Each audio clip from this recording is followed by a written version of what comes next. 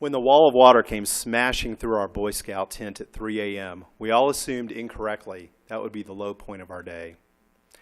February, North Texas, a Boy Scout camporee. If you don't know what a camporee is, it's when dozens of Boy Scout troops get together for a long weekend to compete in things like fire building, primitive shelter making, first aid, and we had been hoping for bluebird skies and blue waters of Lake Grapevine. Instead, it had been 3 days of a torrential downpour in the mid-30s. And our troop, Troop 729, was exceptionally cheap. Every other troop had nylon tents, but we still had canvas tents, 2-part A-frames, and the worst material you can think of for a 3-day torrential downpour is canvas. And in 1977, when you went to Sears to buy your whole Boy Scout get-up and they set you up with everything, including long johns back then were 100% cotton with this kind of waffle weave in them, kind of bone color. And I think even in 1977, everyone knew that wet cotton would kill you quickly, except Sears and our troop leaders.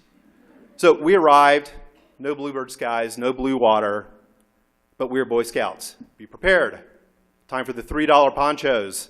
Pull out the $3 ponchos. Step foot out of the vans and the trucks. Start hiking. The ground is already saturated. We are already shivering and we are already wet. When we hiked all the way in, our troop leader, all the other troops had arrived before we had. So they had staked out the high ground, and our troop leader pointed over to some scrub oak. He said, throw your tents over there and avoid the standing water. So we went to our first competition. The first competition was first aid. We had this. And the job was to get one member of our patrol, Mike, with a pretend broken leg over a real barbed wire fence, which is not hard to find in North Texas. So we splinted Mike's leg. We treated him for shock. We lashed 2 backpack frames together to make a stretcher. Half the team went over the fence. The rest of us picked up Mike, secured him, moved him over the fence. The other 3 got over the fence perfectly. Boom! We had nailed it. And the judge stood there and he said, great technique, flawless execution, fast. You forgot step 1. Ask for help. Send someone for help. I'm taking 90 points off because that mistake cost someone their life. You get a 10.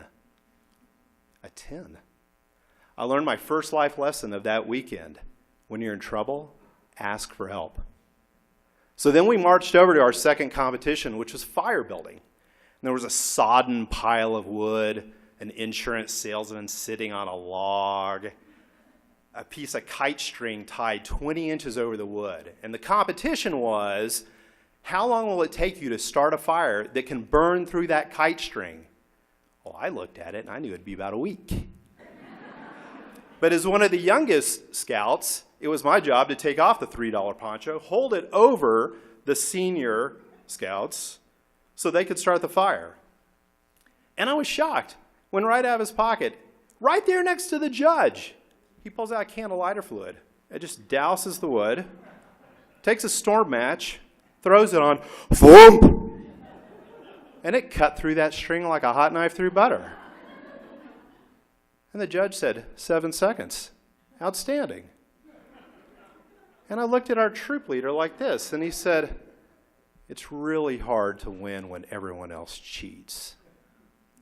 That's lesson number 2. It was a day of mud and water and misery. It was horrible. We were wearing homicidal long johns. We finally crawled into our tents late that night. And somewhere between 2 and 3 a.m., Mike, whose leg was had miraculously healed, said, wake up, everyone. What is that sound? It was a rumble, but it was a deep rumble. And then it was a roar. And we were sitting up. What is that? When a 3-foot-high wall of water from a broken earthen dam of debris and mud slammed into us at 20 miles an hour. Because the scrub oak we had pitched our tents in was a shallow, dry ravine.